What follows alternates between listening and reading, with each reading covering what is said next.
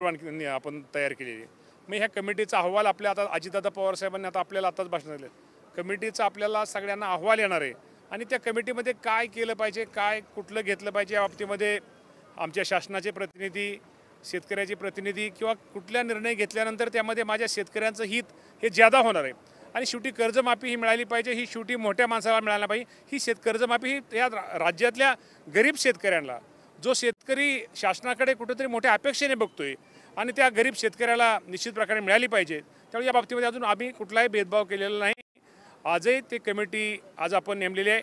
दादांनी आता काही गोष्टीमध्ये जरी दादांनी गोष्टी सांगितलेल्या आहेतच, परंतु या बाबतीमध्ये कमिटी या बाबतीमध्ये निर्णय घेईल आणि या राज्यामध्ये जास्तीत जास्त म्हणण्यापेक्षा सर्व शेतकऱ्यांना, गरीब शेतकऱ्यांना याचा निश्चित प्रकारे लाभ या कर्जमाफीचा होईल. खूप मोठा ऐतिहासिक निर्णय या राज्याचे मुख्यमंत्री, दोन्ही उपमुख्यमंत्री या सर्वांनी माझ्या शेतकरी बांधवांसाठी घेतला. त्याबद्दल या राज्याचा कृषी मंत्री म्हणून या सर्वांचं मी आभार मानतो.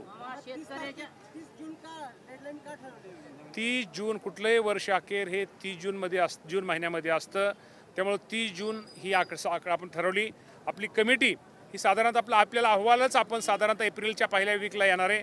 तेव्हा अहवाल विकाल्यानंतर कुठलंही वर्ष हे 30 जून हे वर्षात बँकेचं हे असतं. त्यामुळं हा 30 जून आपण तारीख ठरवलेली आहे. स्वतः शेतकरी संघटनेचे नेते या सर्वांनी त्याला मान्यता दिलेली आहे आणि त्यामुळं सरकार म्हणजे मान्यता शेतकरी नेत्यांची तर मागणी होतीच, तर पण आमच्या सगळ्या तिन्ही पक्षाच्या जाहीरनाम्यातच होतं की माझ्या शेतकरी बांधवाला कुठंतरी न्याय दिला पाहिजे. आणि आपल्या सगळ्याला माहिती की अतिवृष्टीमुळं शेतकऱ्यांचं आपल्याला खूप मोठं नुकसान झालं आणि या शेतकऱ्यांचं नुकसान झालं, शेतकऱ्याला एक उभा केलं पाहिजे, या शेतकऱ्यांना पाठिंबा दिला पाहिजे. यासाठी राज्य सरकारने नुकतंच 32,000 कोटी रुपयाचं पॅकेज जाहीर केलेलं आहे आणि त्याचं पंचनामे होऊन बऱ्यापैकी शेतकऱ्याला तर रक्कम ही शेतकऱ्यांच्या डीबीटी खात्यावरती जमा व्हायला लागलेली आहे.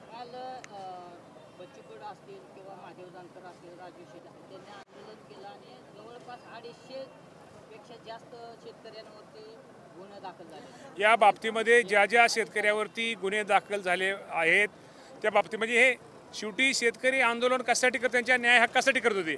या बाबतीमध्ये राज्याचे मुख्यमंत्री 100% योग्य तो निर्णय घेतील आणि त्या शेतकऱ्यांना न्याय देतील.